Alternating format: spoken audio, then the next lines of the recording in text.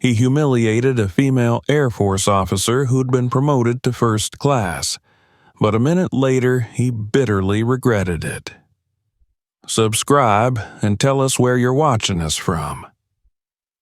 Walter Matthews moved through the exclusive first-class lounge with the assured stride of a man who believed the world bent to his will. His tailored suit, his polished shoes, the glint of his gold watch, all silent declarations of his success. The air carried the soft murmur of business conversations and the muted clink of crystal glasses, but Walter heard none of it. His attention was on his phone, where a tense deal played out through curt messages. The stakes were high, but Walter thrived on pressure. For him, the world was a battlefield, and he never lost. The final message arrived. Deal closed. Another victory.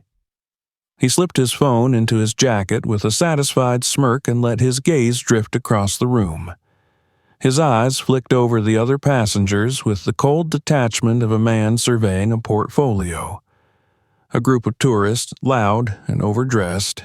An older couple, fumbling with their boarding passes. A young professional, clearly out of place, his suit too new, his tie slightly askew. Walter dismissed them all. They weren't competition, they were background. First class was where he belonged, not just as a luxury, but as a statement.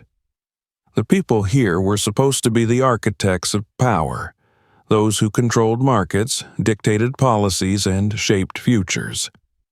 He had paid, fought, and conquered his way into this echelon, and he wasn't about to share it with anyone who hadn't done the same.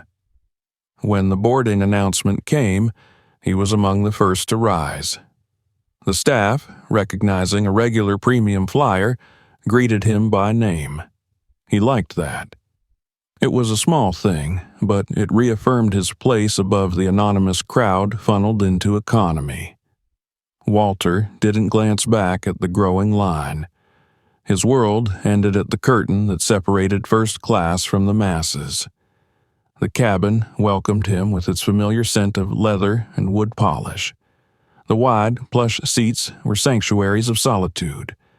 He slid into his seat, 2A by the window, his favorite spot, and exhaled slowly. The overhead space was his, untouched, and the air crackled with the silent promise of an uninterrupted flight. Then he heard the voice. A soft, professional exchange between a flight attendant and someone approaching from the aisle. It wasn't the voice that caught his attention, but the sudden shift in the cabin's atmosphere, a subtle ripple of surprise and curiosity from the other passengers. Walter looked up. She stood in crisp military dress blues, the silver insignia on her uniform unmistakable. A commander.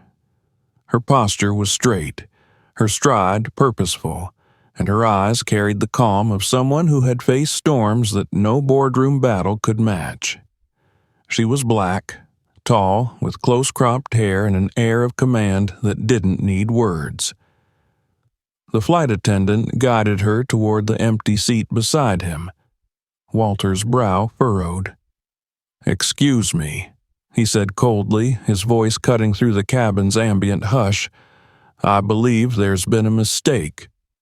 The flight attendant paused, professionalism flickering under the sudden tension. "No mistake, sir. Commander Williams has been upgraded from business class. It's company policy to honor active military personnel, especially officers of her rank."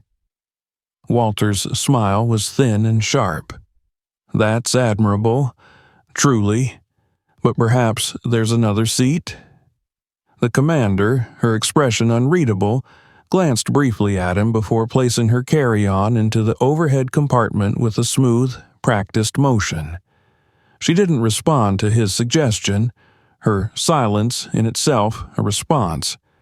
"No, sir," the attendant replied, her tone polite but firm. "This is her assigned seat."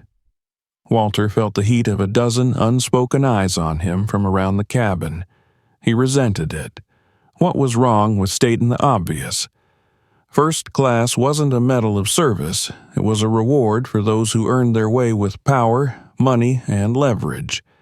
He had nothing against the military, but sentiment didn't belong here. He reclined slightly, his voice dropping into that cool, lethal register he used in boardrooms. "Look, I've paid for this seat expecting a certain standard. She," his eyes flicked to the uniform, "deserves respect for her service. But the front of the plane isn't about service. It's about value, and I'm not quite sure this arrangement reflects it." Finally, she turned. Her gaze met his, and it was like the eye of a storm, calm, still, but with something powerful underneath. "I protect people like you," she said, her voice steady but unshakable, "without needing your permission to exist here." Walter's lips pressed into a hard line. "That's quite the speech. But this isn't a battlefield, Commander. This is first class." "And yet," she said with the faintest curve of her mouth, "you seem awfully threatened." Before Walter could retort, the flight attendant spoke firmly.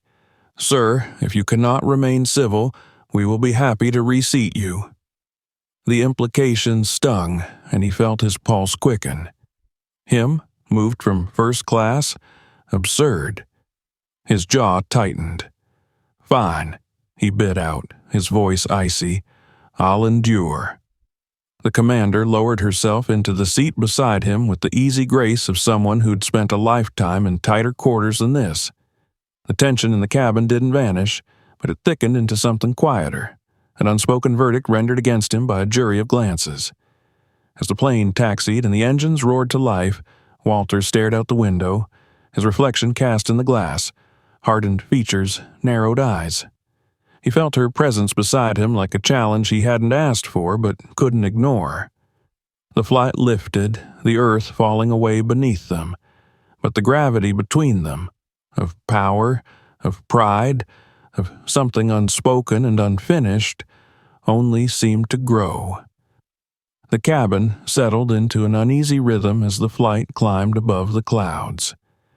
The steady hum of engines merged with the soft murmur of conversations and the occasional clink of glasses. Walter sat stiffly, his body angled toward the window, his eyes fixed on the sky beyond. The glow of the setting sun painted the clouds in warm hues, but he felt none of their serenity. The presence beside him, Commander Angelica Williams, was a cold reminder of his earlier irritation. She hadn't spoken another word since their brief exchange, hadn't looked at him. She simply existed beside him, and somehow that felt like a provocation. The seatbelt sign flickered off, and the quiet shuffle of the flight attendants began. Champagne was offered, and Walter accepted his with a nod, savoring the crisp bite as it slid down his throat. He glanced sideways.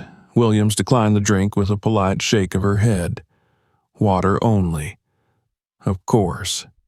Duty. Discipline. The same old military script. Walter returned to his phone, scrolling through market updates, letting the numbers ground him in the world he knew, a world of acquisitions and leverage where power belonged to those who seized it, not those who saluted it.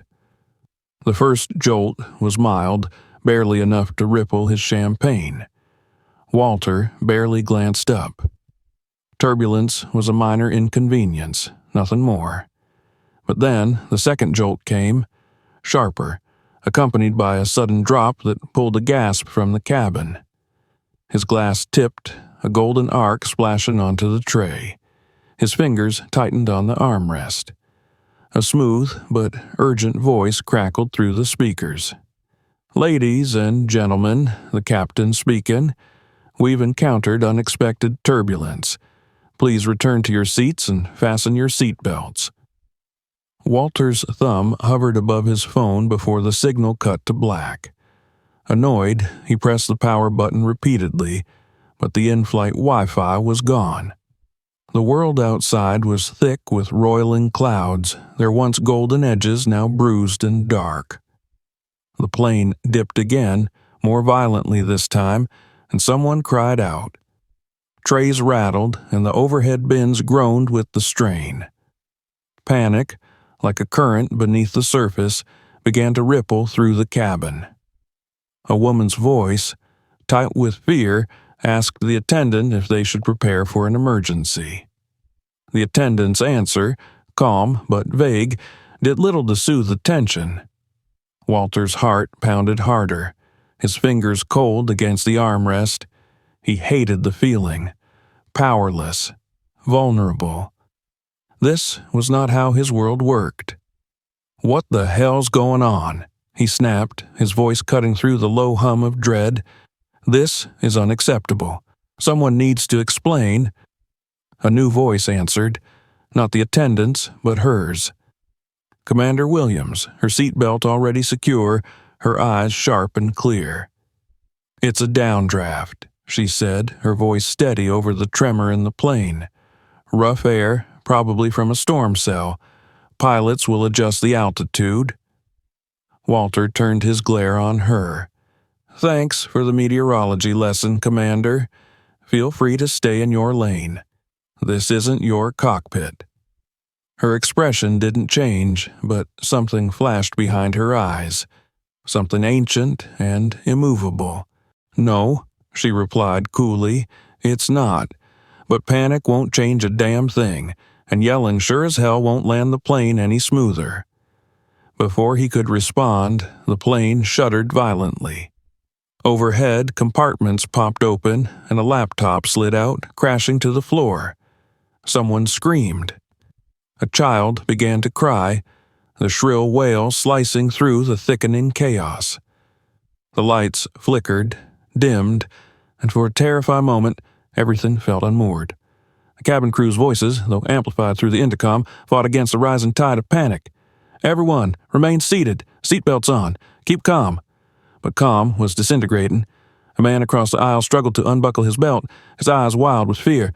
I need to." His voice cracked, panic fracturing every word. "I can't breathe." And then she was out of her seat. Williams moved with the precision of someone who had run toward chaos her entire life. She crouched beside the man, her voice low but commanding, steadying his shaking hands. "You're having a panic attack," she told him firmly. "Breathe with me, in through your nose, out through your mouth. Stay with me." Walter watched, transfixed. She was a switchblade of calm, cutting through the madness with her voice alone. No rank, no orders, just pure command. The man's ragged breath slowed, his terror easing by fractions as he mirrored her controlled inhale, exhale, inhale. The plane jolted again, more violently than before, and with it came the sound that turned Walter's blood cold. A screeching metallic groan, deep and primal, as though the aircraft itself was crying out in pain. Then, suddenly, everything was still. An eerie, gut-wrenching stillness before the plane pitched hard to the side, throwing passengers against their restraints. A sharp crack sounded above. The paneling above the aisle gave way with a wrenching snap, and a metal service cart, unmoored from its latch, hurtled forward. Walter's breath locked in his throat. He saw it coming, a missile of steel and glass aimed straight for the man Williams had just calmed. Williams moved without thinking. She pivoted, bracing herself in front of the man, her body a shield. The cart struck her with a sickening crash, driving her back into the seats. A gasp rippled through the cabin as she crumpled to one knee, her face tightening in pain. Walter's voice, raw and unfamiliar to him, broke the silence. "Jesus Christ!" His hands, without conscious thought, reached out, fingers gripping her arm. "Hey, hey!" He felt her tense, felt the heat of her blood through his palm. But Williams was already pushing herself up, jaw clenched against the pain. "I'm fine," she ground out, shaking off his grip. "Get back in your seat." "Like hell you're fine. But then the captain's voice thundered through the cabin. "Attention passengers. We are experiencing a critical systems issue. We are preparing for a possible emergency descent. Follow all crew instructions immediately." The words landed like a hammer, scattering what little composure remained. People screamed, cried, clutched one another as oxygen masks dropped from overhead. Williams, with one hand pressing her side, straightened fully. Her voice rang out, cutting through the chaos. "Put your masks on, secure your belts, head down, brace positions." Her command cracked the spell of hysteria. Passengers scrambled to obey, and even Walter, heart pounding, found himself following her order without hesitation. The plane lurched into a rapid, sickening descent, the engines howling against gravity.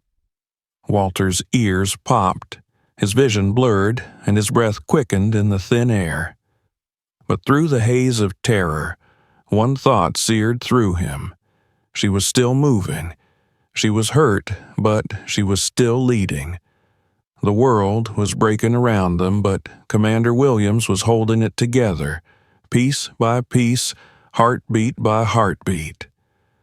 And for the first time in his life, Walter Matthews felt something shatter inside him. It wasn't fear, it was certainty.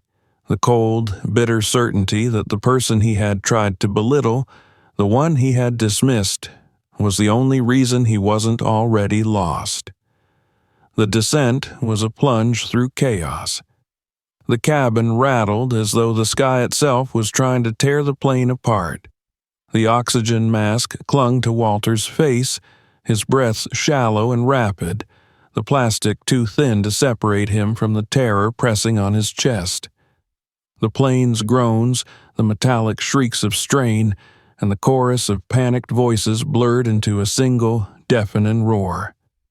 Time fractured. Seconds stretched, splintering between each violent lurch and the next, between each gasp for air and the thunderous beat of his heart. In that nightmare, one image cut through: the commander. She was still standing, still moving. Blood stained her side from where the cart had struck her, seeping through the dark fabric of her uniform. But she didn't slow. She moved with a soldier's efficiency, her voice rising against the storm of fear. "Brace, heads down," she ordered, and her voice carried not panic but command. The floor heaved under them, and a sudden, thunderous crack split the air. Walter's head snapped toward the source. The overhead panel above row 3 had torn free, and part of the ceiling sagged, sparking with exposed wires.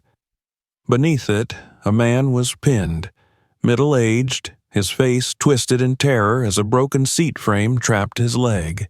Smoke curled from the overhead, the acrid bite of burning insulation seeping into the air. The man's screams cut through the chaos. "Help! Oh God, help me!"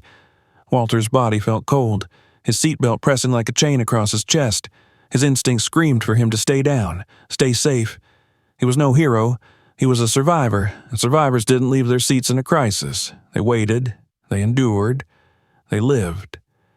But before his body could obey his fear, she moved.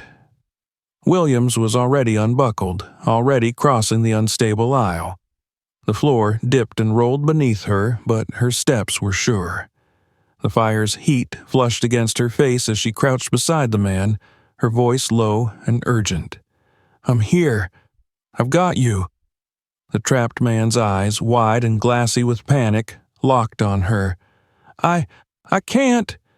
"You can," she cut him off. "You will." She gripped the twisted frame pinning his leg, her muscles taut beneath the fabric of her uniform. The metal groaned, unmoving. Blood ran freely from her side, but she didn't stop. Another tremor rocked the plane, and this time Walter saw the shift above. More of the ceiling, weakened and ready to collapse. He felt the decision hit him like a blow. She was going to be crushed, and he was still sitting. His body moved before his mind could argue.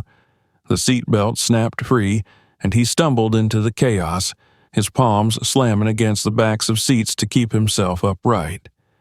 The heat, the smoke, the screaming, all rushed at him, but he focused on one thing: her. Her hands slipped on the metal as it refused to yield. He saw her wince, her body trembling from exertion and pain, and then, without thinking, he was beside her. His voice was raw, strained, foreign to his own ears. "Move!" Her eyes flashed to his, briefly, sharply, then back to the wreckage. "Help me lift." He braced his hands next to hers. The metal was hot, biting into his palms. "1, 2, she began, her voice tight. 3, he roared, and together they pulled. The frame screamed in protest, but it shifted. A breath, an inch, then more. The trapped man let out a strangled gasp as his leg came free. "Get him out," Williams snapped. Walter didn't hesitate. His hands locked under the man's arms, and with a desperate heave, he dragged him back, away from the sparking wires and the creak of imminent collapse. They barely cleared the space when the ceiling gave way with a crash, folding into the spot where they had been seconds before. The man coughed violently, clutching his bruised leg, his voice shaking. You saved me." But Walter barely heard him. His eyes were on Williams. She swayed where she knelt, her face pale, her uniform slick with blood. Adrenaline blazed through him, burning hotter than the fire. "You're bleeding," he said, his voice too loud, too jagged. "I know." She snapped back, her voice clipped, her breath unsteady. "But we're not done."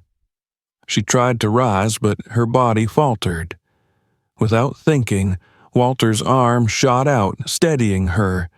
She stiffened under his grip, and for a heartbeat, he thought she'd push him away. But then she met his gaze.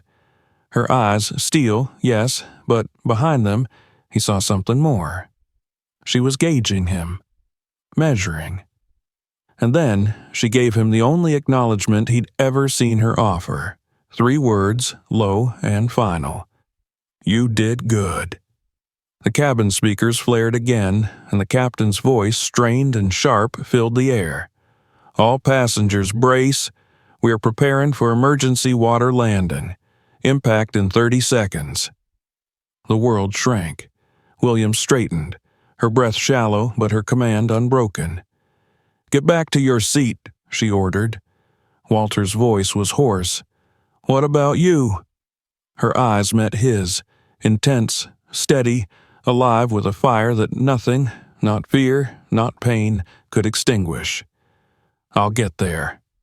His body screamed to stay, but something in her gaze struck him like a force of nature. She didn't need a savior. She needed him to obey. And he did. The seconds slipped through his fingers as he buckled in. The plane roared, the engines strained, and the sea rushed toward them, a cold, dark inevitability. And through it all, one thought burned in his chest. He had moved. He had acted. And it was because of her. The roar was deafening, a primal scream of metal and wind as the plane hurtled toward the ocean. The cabin shuddered, vibrating with an intensity that rattled bones and blurred vision. Walter's fingers dug into the armrests, his knuckles bloodless and rigid. His breath was shallow, the oxygen mask tight against his face, filling his lungs with cold, thin air that couldn't quell the firestorm of panic inside him. His body pressed into the seat from the force of the descent, and the world outside the window was a blurred smear of gray clouds, and the black maw of the sea rising to swallow them whole. Somewhere, through the cacophony, a voice rang out, cutting through the chaos like a blade. "Brace positions, heads down, stay low." It was her, Commander Williams. He couldn't see her, but he felt her command, sharp and unshakable. Across the cabin, passengers folded into themselves, heads pressed to knees, arms shielding faces. Cries and prayers filled the air, fractured and desperate. A child's wail rose above it all, raw and terrified. The impact came without warning, sudden and catastrophic. The world imploded into a scream of tortured metal and shattered glass. The nose hit first, and the plane bucked, the rear slamming down a heartbeat later with bone-breaking force. Walter was thrown forward against his belt, the air crushed from his lungs in a brutal snap. His ribs burned, and the world turned white with pain. The plane skidded, metal shearing against water with an unholy screech, and the cabin became a storm of flying debris, luggage, shards of plastic, and the piercing spray of seawater from fractured windows. A final, monstrous lurch brought everything to a jarring halt. For a breathless moment, there was only the groan of the wounded fuselage, the hiss of broken systems venting their lifeblood, and the sharp, metallic scent of burning insulation. The world was sideways, wrong, and muffled as if wrapped in a cocoon of shock. Walter's head swam, his ears ringing. His mask dangled uselessly beside him. His chest heaved, each breath jagged and raw. The cabin was a nightmare.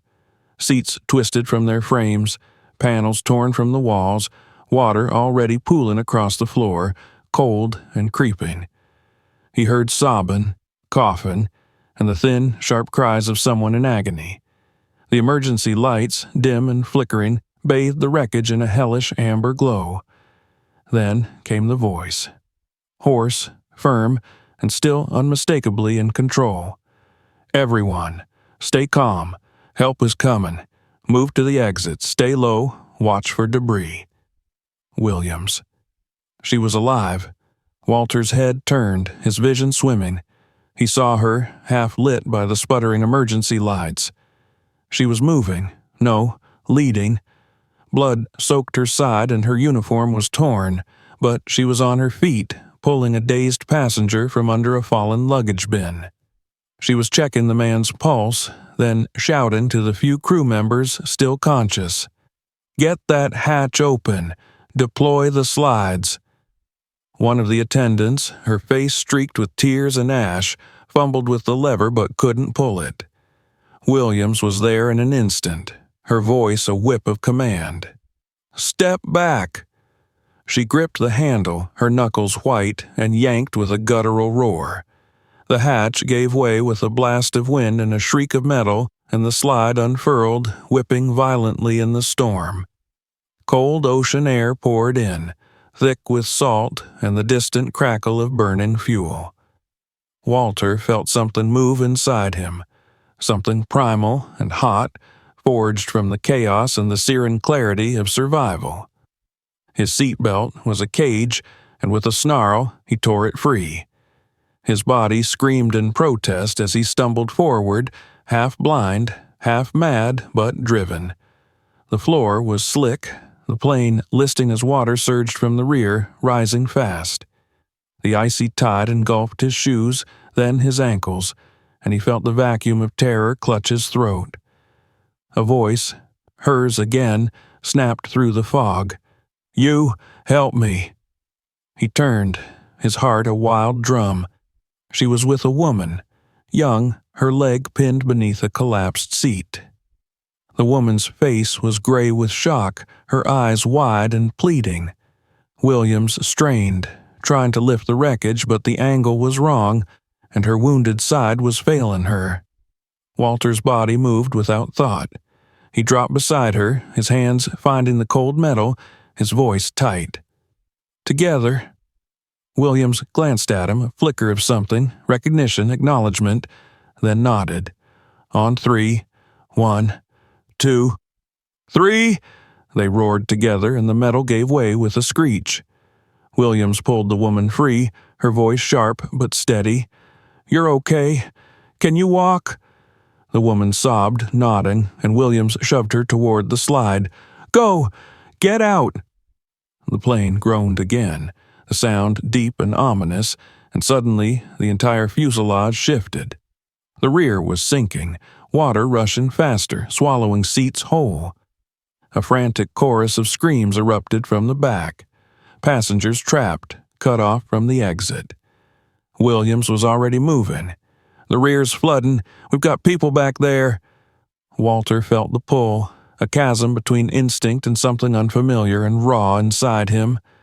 The slide was there, the exit, survival. But behind them, voices, screaming, drowning. Williams didn't hesitate. She ran toward the rising water. He cursed, his throat raw, his body shaken, and followed. The cold was a knife, cutting through clothes and flesh as they waded through the wreckage. The water was waist-deep and rising, thick with debris. A woman clung to an overturned seat, her lips blue with cold. A man, his face bloodied, struggled to free himself from a tangle of safety belts. William surged forward. "Get her!" she shouted, already reaching for the man. Walter moved, his body burning, his muscles screaming as he lifted the woman into his arms. She was feather-light and shaken violently, her lips trembling with a single, shattered whisper. "Please!" He carried her, his legs trembling, the water threatening to drag him under. He reached the slide and, without thinking, passed her into the waiting arms of a crew member. A thunderous crack split the air and the plane shifted violently. The rear, ruptured by pressure, began to break apart. Williams was still inside. Walter's heart seized. "Williams!" he roared, his voice splitting with something he couldn't name. Through the jagged gap of the splitting fuselage, he saw her, half submerged, pinned against a seat by a rushing tide of wreckage. Her head turned, their eyes locking in a heartbeat that seemed to stretch beyond the chaos. His body moved before his mind could scream. He plunged back into the water, the cold now forgotten, replaced by raw, reckless force. He reached her, his hands finding the wreckage trapping her leg. "Hold on," he shouted, his voice shaking. She gritted her teeth. "Don't be an idiot," she gasped through pain.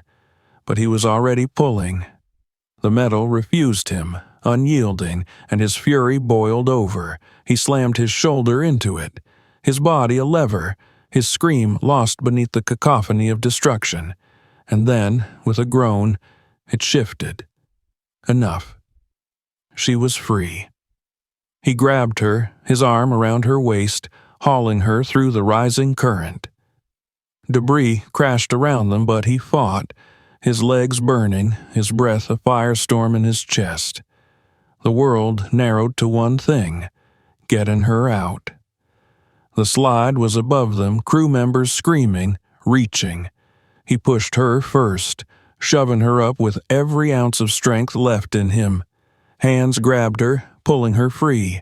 She twisted her arm, shooting down toward him. "Take my hand!" The water surged, cold, crushing, final. His body sank, his vision blurred, but her voice, her command, pierced the darkness. "Walter, now!" His arm shot upward, his fingers found hers, and she pulled. The ocean tried to swallow him, but she was stronger. The next thing he knew, he was on the slide, gasping, coughing salt and fire from his lungs. The wind was freezing, the night sky a yawning black void above. Williams lay beside him, her chest heaving, her face pale, but her eyes alive. In the distance, sirens wailed. Searchlights cut through the night. The sea, vast and cold, carried them toward salvation. And in that cold, infinite night, Walter felt something inside him crack, something hollow, something old. He had moved. He had acted. And it had been for something more than himself. The slide bobbed and pitched on the churning black water, the waves cold and merciless as they slammed against the half-sunken fuselage. The air reeked of salt, fuel, and burning metal. Walter clung to the slick fabric of the raft, his chest heaving with ragged breaths, his body trembling from adrenaline and exhaustion. Every inch of him screamed with pain, His ribs ached, his muscles burned, and his skin was raw from the icy water. Yet his eyes, wide and wild, stayed locked on her. Commander Williams lay just inches away, her face pale against the dark night, her uniform soaked and torn. Blood, dark and sluggish, seeped from her side where the wreckage had caught her. Her breath came shallow, her jaw tight with pain, but her eyes, those eyes, remained sharp, scanning the chaos. Her hand pressed hard against her wound, and her other gripped the edge of the raft, ready to push herself back into the fight.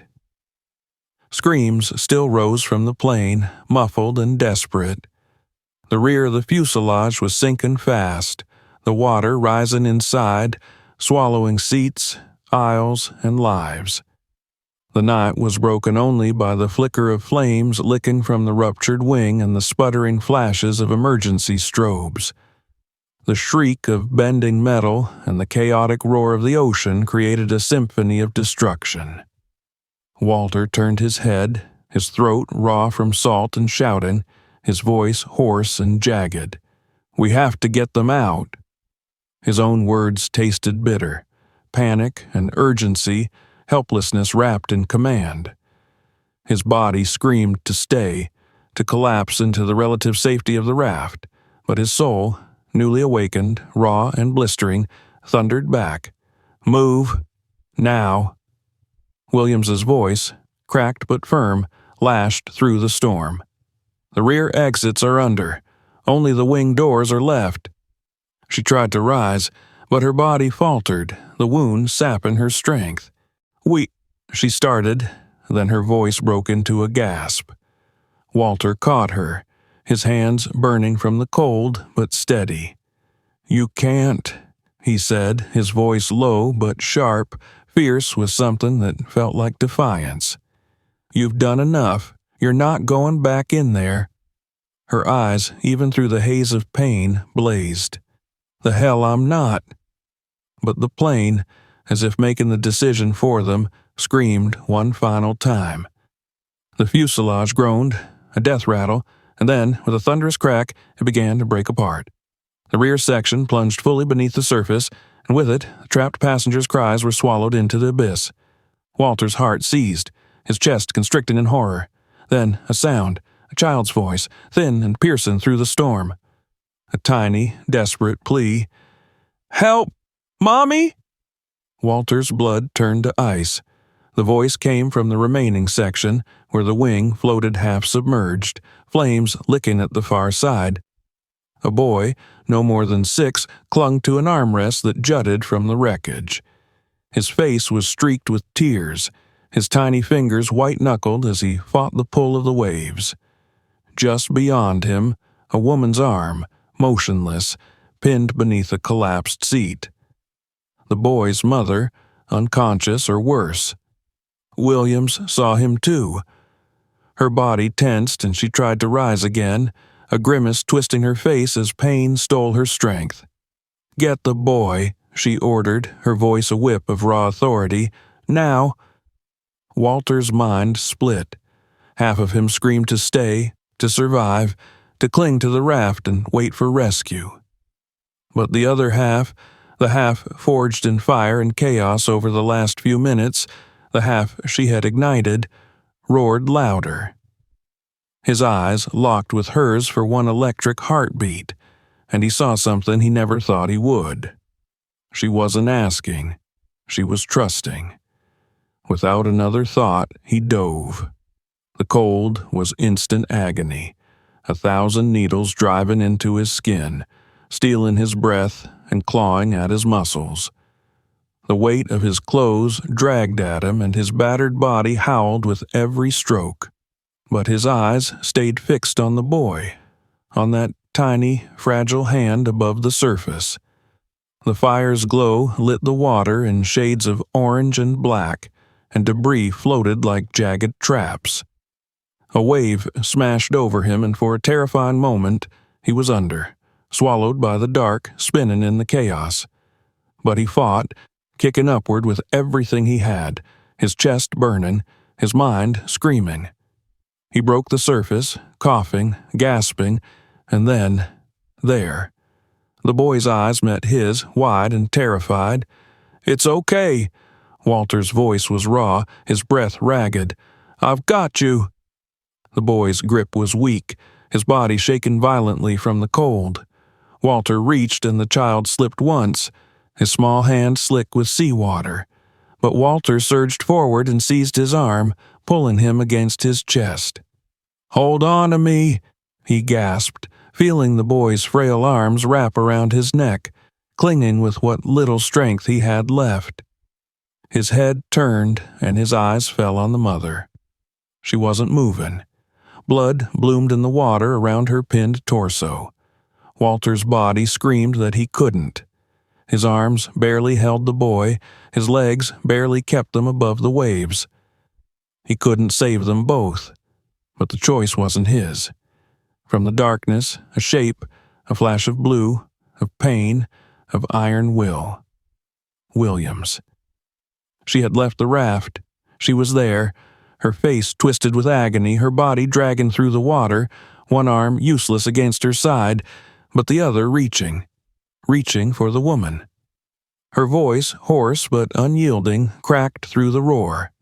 "Get the boy out!" Walter's throat closed. She was breaking, but she wouldn't stop. She couldn't. The raft was close, the attendants waving frantically.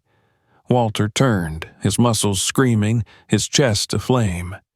"Hang on, kid," he choked, and with every ounce of strength left, he pushed through the waves, the boy clinging to his neck, his body a dead weight against his burning arms. Hands, blessed, saving hands, gripped him from the raft. The boy was lifted, trembling, crying, but safe. Walter, his body collapsing, felt the fabric of the raft under his chest, but his eyes were on the water. Williams. The flames on the wing hissed as the ocean swallowed them, and in their dying light, he saw her. She had reached the mother, her arm locked around her body, but the wreckage, too heavy, too much. Her face twisted with effort, her body broken, but her eyes, fierce, unyielding, locked on his. His body screamed no. There was no strength left, no air, no power in his limbs, but something greater than strength moved him. He went back. The water crushed him again, cold and merciless. He found her hand first, slippery, cold, but he seized it and pulled.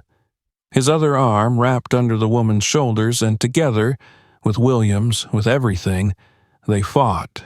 The plane groaned, a final death knell, and the current shifted, pulling, dragging, trying to take them down. The woman's body was heavy, and Williams was shaken, her breath ragged and thin. She was sinking. Walter's voice, raw and primal, tore from him, a roar of refusal. "No, not you, not now." His free arm reached blindly and caught a line, the raft's safety line, brushing his fingers by some divine mercy. He seized it and pulled. The ropes burned his palm, and the waves fought to claim them, but inch by inch, together, they rose. The attendants hauled. Arms grabbed the woman first, dragging her limp body into the raft. Then Williams, her lips blue, her body spent, was lifted, collapsing against the vinyl floor, her chest heaving, her eyes half-lidded with exhaustion and pain. Walter's body followed, crashing into the raft, every nerve extinguished, every muscle broken. He lay there, coughing, his vision swimming, his body lost to cold and fatigue. But his eyes sought her. She was alive. She was alive. The woman gasped, a shallow breath, and a sob of relief broke from someone's throat. The boy, safe and shaken, crawled to his mother's side, his tiny hand finding hers. The attendants worked, voices urgent, but the sound faded, the chaos dimmed, until only the pulse of survival remained. And in that silence, Walter turned his head. William's eyes, clouded with pain, with exhaustion, found his. No words, none were needed. He had moved, he had acted, not for profit, not for power, but because she had shown him what it meant to fight. The sky, endless and cold, began to glow with the first pale fingers of dawn. And, as sirens rose, as lights swept across the water, Walter knew he would never be the same. The night pressed down, heavy and endless, broken only by the fractured beams of searchlights sweeping across the black sea. The wreck of the plane was sinking fast, its tortured frame groaning as it disappeared inch by inch beneath the waves. The hiss of escaping air and the sharp crack of splitting metal echoed in the void, the sounds of a dying giant swallowed by the deep. The smell of burning fuel lingered, sharp and poisonous against the cold, salt air. Walter lay sprawled in the raft, his body a battlefield of exhaustion and pain. His chest burned with every ragged breath, and his limbs felt carved from stone, cold and immovable. Water streamed from his clothes, and every muscle screamed from the brutal fight against the ocean. But his eyes, wild, wide, and searching, were on her. Williams. She was beside him, her body barely holding together. Her side was slick with blood, and her breaths came thin and shallow, each one a fight against the darkness closing in. Her eyes, those fierce and unbreakable eyes, fluttered beneath half-closed lids, and her hand, the same hand that had pulled him from the abyss, lay limp against the raft's surface. "Williams?" His voice broke, raw from salt and cold. He reached for her, his fingers brushing her arm, and the ice of her skin shot terror through his heart. Hey, stay with me." Her eyelids flickered, and for a breathless second he saw a flicker of that iron inside her. Her voice was a whisper, hoarse and strained. "Still here." The attendants moved, their hands urgent, their voices sharp and clipped. "She's losing blood. Tourniquet, now." A belt tightened around her side, and William's body jerked with pain, her lips pressing into a thin line to hold back the scream. But then, above it all, a sound. A scream. It was distant from the water, weak and desperate, and it cut through everything. Walter's head snapped up. His eyes scanned the dark, frantic, until he saw it. A hand, barely above the waves. A single hand, clawing at the surface. And then it was gone. Another survivor, alone, drowning.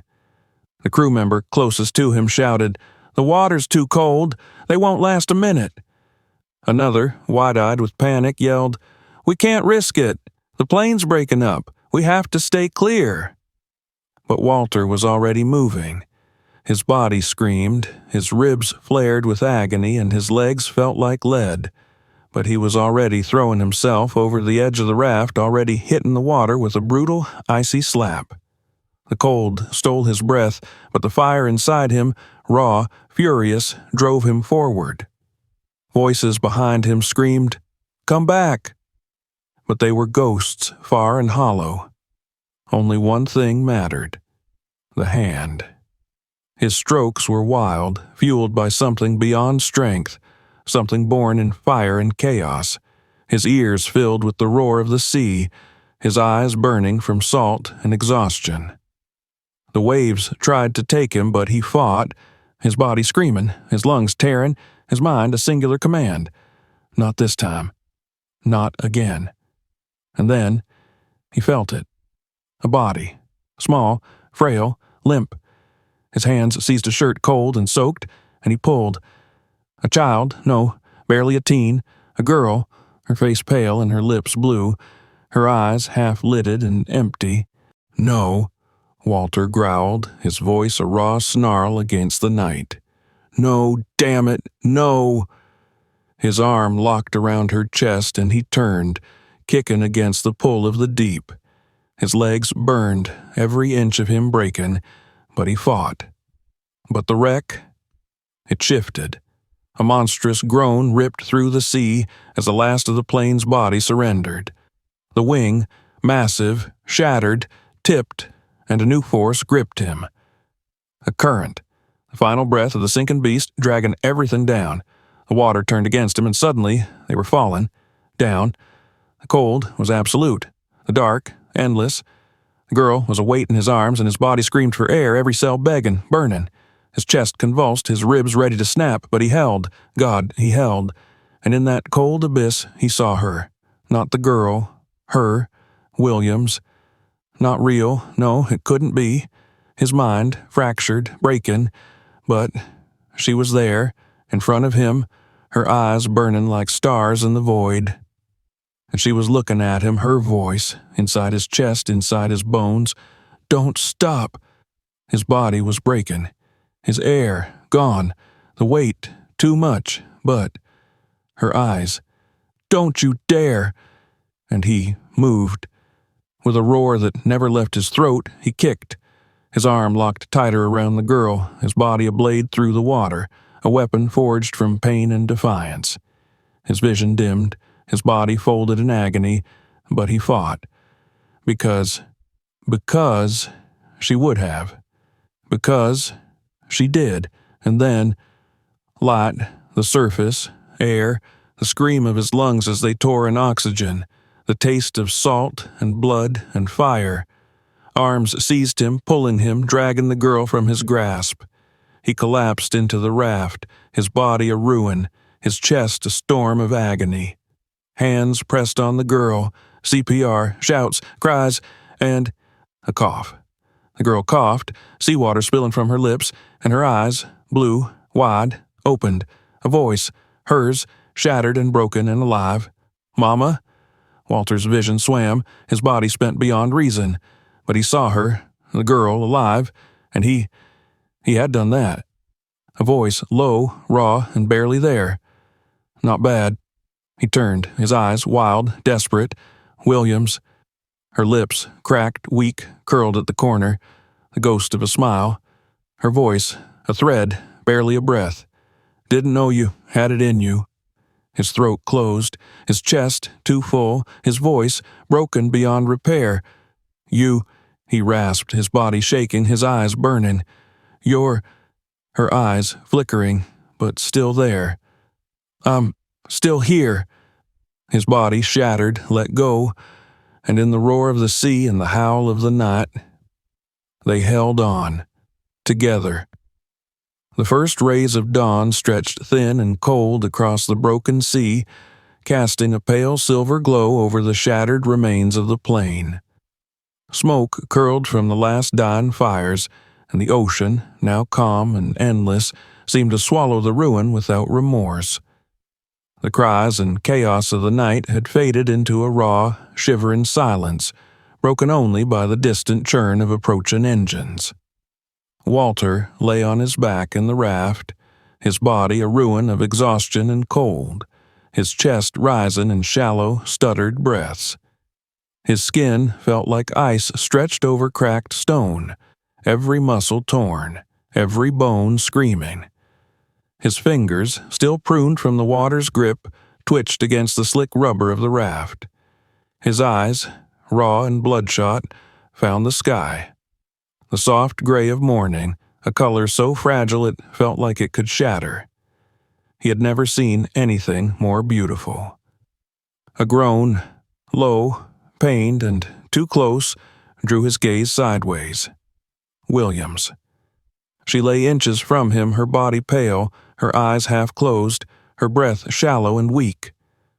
The makeshift tourniquet around her side was dark with blood, but it held. She was still alive. Her chest, though trembling with each breath, still rose. But her face, the iron mask, was cracked now, lined with pain, and her lips, dry and cracked, moved without sound. His throat, raw and broken, barely formed the word. Williams! Her eyelids fluttered, and for a breathless moment, those eyes, steel and sky, met his. Even now, even broken, there was something there. The same thing he had seen since the beginning. Fire, unyielding, untouched by the night. Still, her voice was a whisper, barely there, but it carried. Still here. The words shattered him. His chest, his battered, burning chest, collapsed with something he didn't understand. Something that tore through every wall, every armor he had ever built. His mouth opened, but he didn't know what would come out. A word, a cry, a plea. But then, the sound. A deep, resonant thrum. Not the sea, not the wreckage. A rotor. He turned, his neck a bolt of agony, and there, cutting through the veil of morning, was the bird. A rescue helicopter, its searchlight sweeping across the water, its engines roaring a promise. His voice broke. They're here. Williams's eyes, heavy-lidded with pain, found the sky, and something, soft and fleeting, flickered through them. She didn't smile, but he saw it. A breath of relief, a surrender. The voice from above cracked through the air, sharp and commanding. "Hold on, we see you. Stay where you are." The crew moved fast, ropes dropped, and voices, urgent but controlled, called over the wind. "Too critical. Get the stretcher ready."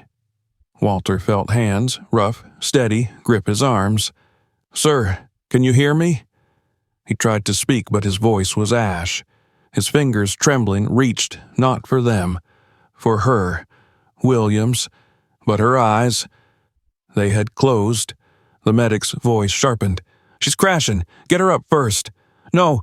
Walter's voice tore from his throat, raw and broken. "No, no, don't." His body bucked, weak, failing, but fighting. "Help her." The medic was already on her, shouting through his radio. "GCS 6, hypovolemic shock. Prep the O2. Her body, limp and cold, was lifted onto the stretcher. The wind whipped through her hair as they raised her into the sky, her face pale against the vast, endless dawn. Walter's chest shattered. His ribs couldn't hold it. The roar in his ears wasn't the wind. It was him. "Williams?" Her name, a raw and broken thing, was torn from his soul, flung into the sky as they pulled her away. Then, hands on him, his body rising, cold metal against his back, the helicopter's thrum. The world blurred, the sky cracked, and then nothing.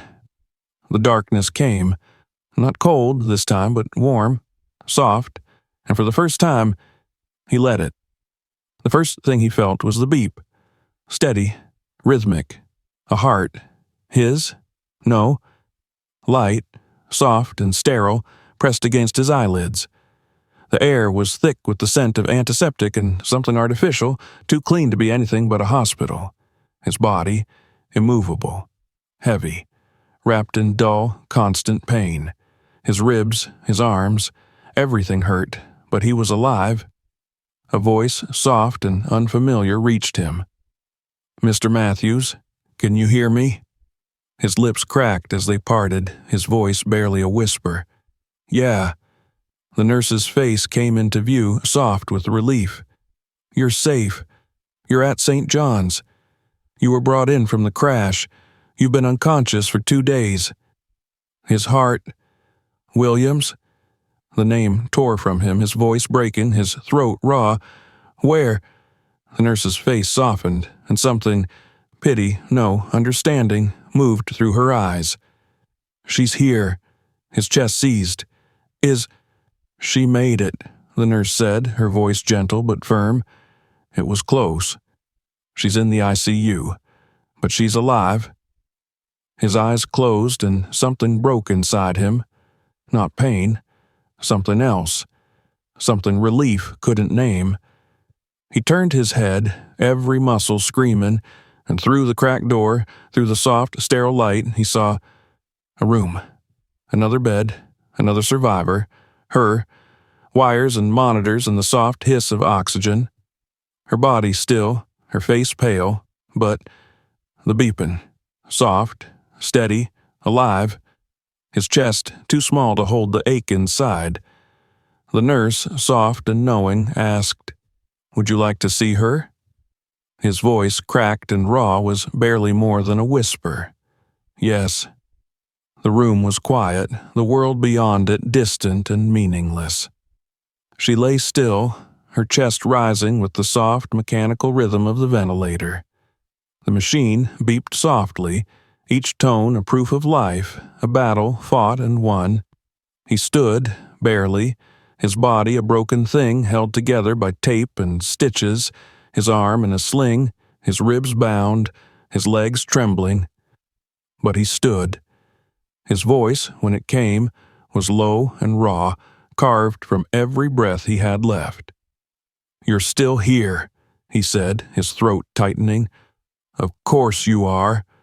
Her eyes, those eyes he had followed through fire and water, fluttered, and for a breathless moment, they opened. Barely, but enough. Their eyes met. No words, none were needed. In her gaze, he saw everything. He saw her, the woman who had been everything he wasn't, until she had made him something more. Her lips, cracked and pale, moved without sound, but he knew. Still here. His throat closed, his vision blurred, his body shook. And for the first time, Walter Matthews broke.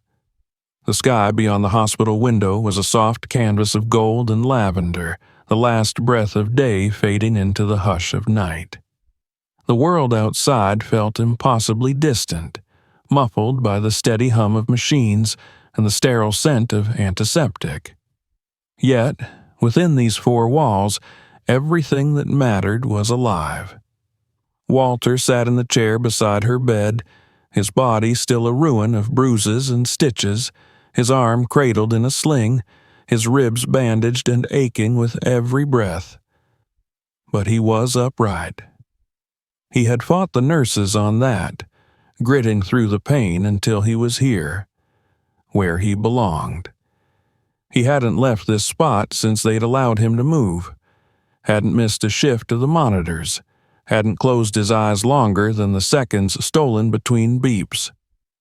Williams lay before him, still, but not gone. The ventilator was gone now. Her breaths, shallow but her own, rose and fell against the thin sheet. The bruises that marred her skin were fading, and though the stitches at her side remained, the blood had long dried. She was still pale, her body still fighting the damage done. But she was here. And that was everything. The doctors had told him it would be slow, that her body had survived, but survival wasn't victory. It was a war without end, fought in inches, in heartbeats. But Walter had learned something about wars. You didn't win by force alone. You won by staying. And so he stayed. The door cracked open, and a voice, soft and hesitant, broke the quiet. "Mr. Matthews?" He looked up, his face hollowed by exhaustion but sharp with something else, something that hadn't left his eyes since the water. Resolve. The nurse smiled faintly, holding up a thermos. "Thought you might want some coffee? You've been here a while." Walter's voice was gravel, but steady. "Thanks." She set it on the side table, her eyes flicking to the bed. "She's strong," the nurse said softly. "We see a lot of survivors here. But her, she's something else." Walter's lips pressed into something that almost resembled a smile. "Yeah, she is." The nurse hesitated, then added quietly, "So are you." Walter didn't answer. He didn't know how. When the door closed behind her, he sat back, the chair creaking beneath his weight, his eyes returning to Williams. For a while, there was only the steady beat of the monitor and the whisper of her breathing. The sounds had become his lifeline, the rhythm that kept him anchored. Then, a flicker. Her fingers, the slightest twitch against the sheet. His body, battered and broken, jolted as if struck. His voice was a raw whisper. "Williams?" Her eyelids fluttered, the muscles weak from days of stillness, and then her eyes. Steel and sky. The same eyes that had met his through chaos and fire. The same eyes that had told him what he could be before he'd ever known himself. She looked at him, and for the briefest moment, confusion, the haze of pain and sedation, But then, recognition. Her lips cracked, barely moving, but the shape of the word was unmistakable. You... His throat closed, every shattered piece of him folded into something too big for his chest. Yeah, he managed, his voice breaking. Still here. Her gaze, heavy-lidded and thick with exhaustion, searched his face. Then, a flicker. The faintest, softest curve at the corner of her lips. It wasn't a smile, not fully, but it was hers. His chest, still a cage of pain, collapsed with the weight of it. He bowed his head, his hand, shaken, broken, closing over hers. You scared the hell out of me," he rasped, his voice raw and wet. "I thought—" His voice fractured and he couldn't finish. Her fingers, weak but real, pressed against his palm, and the shape of her voice, soft as breath, answered him. Still here. Time passed differently after that. Days blurred together, measured not by clocks, but by moments, each victory another heartbeat in their shared war. The first time she sat up, her face pale and strained, but her back straight, he felt something like triumph bloom in his ribs. The first time she spoke more than a whisper, her voice still cracked but filled with that dry, impossible fire. He couldn't stop the sharp laugh that cracked from his throat. "You!" she had rasped, her eyes flicking over his bruises, the sling on his arm, the bandages across his ribs. "Look like hell." And he, his face worn and hollow but alive, had shot back, "Yeah, you're the reason for that." A smirk, real and unmistakable, ghosted across her lips. "You're welcome." The news came quickly. Reporters, headlines, interviews, the crash, the survivors. Walter Matthews, billionaire executive, and Commander Angelica Williams, United States Air Force. Heroes, they called them. But Walter refused the interviews, refused the cameras. When they asked why, he only said one thing: talk to her, because she was the story. She always had been. The day they released her from the hospital, the sky was wide and endless, and the air tasted new. She stood at the entrance, a cane under one hand, the other braced against his arm. Her face, still pale but sharp with life, tilted up to meet the sun. She didn't speak for a long moment, but he heard her anyway. Finally, she looked at him. "You could have walked away," she said, her voice low but certain. "Back on that plane, in the water, no one would have blamed you." His jaw, still bruised, still healing, tightened. "No," he said softly. "You're wrong." His eyes met hers. There was no mask, no armor, just the truth, raw and burning. "I would have blamed me." She studied him, her gaze as sharp and cutting as ever, but beneath it, something else. Something he had earned. Respect. "You didn't," she said. He shook his head once. "Because of you." Her lips pressed into that half-smile, the one he had fought hell to see again. "Took you long enough." The corner of his mouth twitched, cracked, and he answered with a rasp. "Yeah, well, you're a pain in the ass." Her eyes narrowed, the heat in them unmistakable. "Damn right." And then they laughed. It was rough and broken and hurt like hell. But it was alive.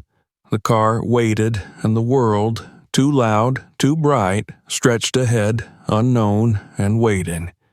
He opened the door for her, but she paused, her hand on the frame, her gaze flicking back to him. "Matthews," she said, her voice low and sure. "Where to?" His eyes, burning but clear, met hers.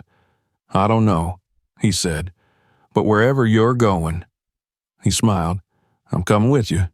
And without another word, she nodded. The door closed, the engine hummed, and together they drove forward, into something new, into something earned, together. If you enjoyed this story, make sure to subscribe for more captivating narratives and powerful journeys. Don't miss our upcoming videos. Click to watch the next one or explore more from our collection. And if this story moved you, share it with others who would love it too. Your support helps us keep telling stories that matter.